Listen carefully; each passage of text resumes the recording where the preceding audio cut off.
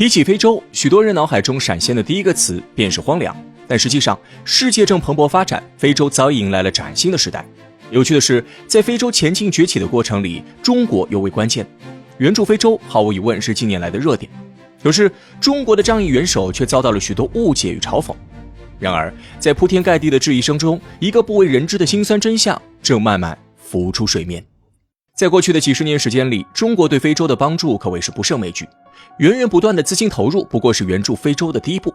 从2000年开始，中国便不断扩大援非金额，最开始为 5.6 亿，到2014年时，该数字已经飙升到了 22.4 亿，年均增长率超过 10%。除了官方的援助资金外，中国还给非洲提供了项目专款与优惠贷款，总数额高达几百亿美元。光从钱这件事上便能看出，中国对援非这件事从不马虎，真金白银砸下去可谓是用心满满。除此之外，中国援非的方式也相当多样。一方面，中国授人以渔，将大批物资运送至非洲，让非洲人民能够过上更好的生活。中国产品在非洲风靡便是最好的印证。另一方面，中国更授人以渔，试图与非洲展开更加深度的合作，如建设项目、派遣医疗、人力资源开发等。以建设项目为例，中国对非洲基本采用成套项目帮扶模式，考虑了援建过程里的方方面面，几乎是手把手帮助非洲实现国家的富强。在此过程中，中国还会考察非洲各国的实际情况，适当减免债务，确保项目顺利进行。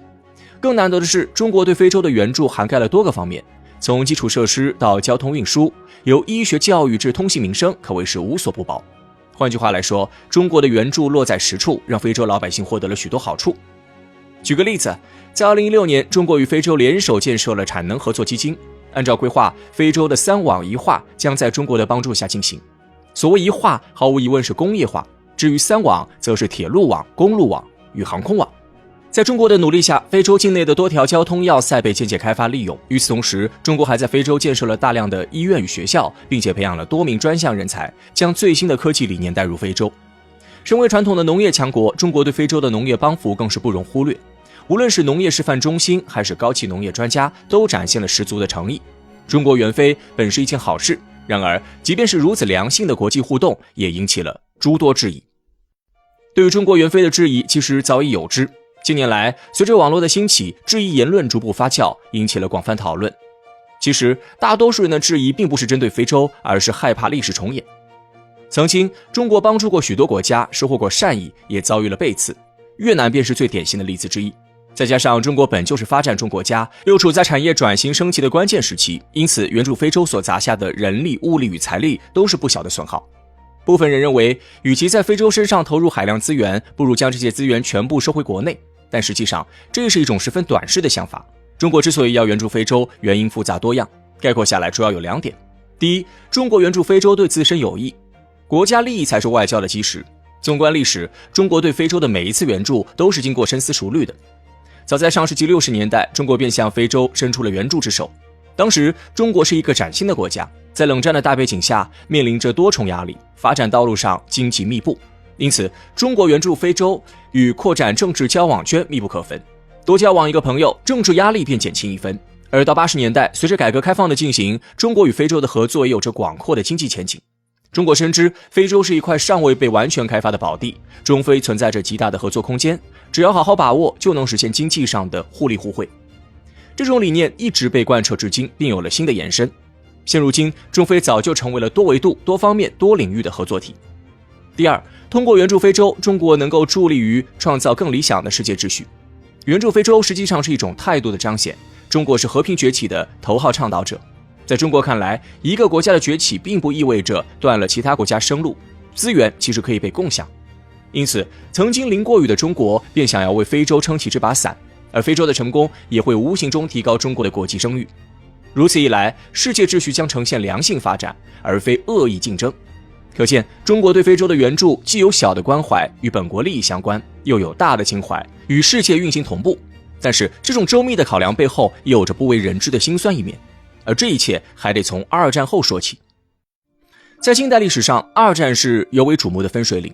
2战前，世界秩序由英国主导，但2场世界规模的战争让欧洲走向了衰落。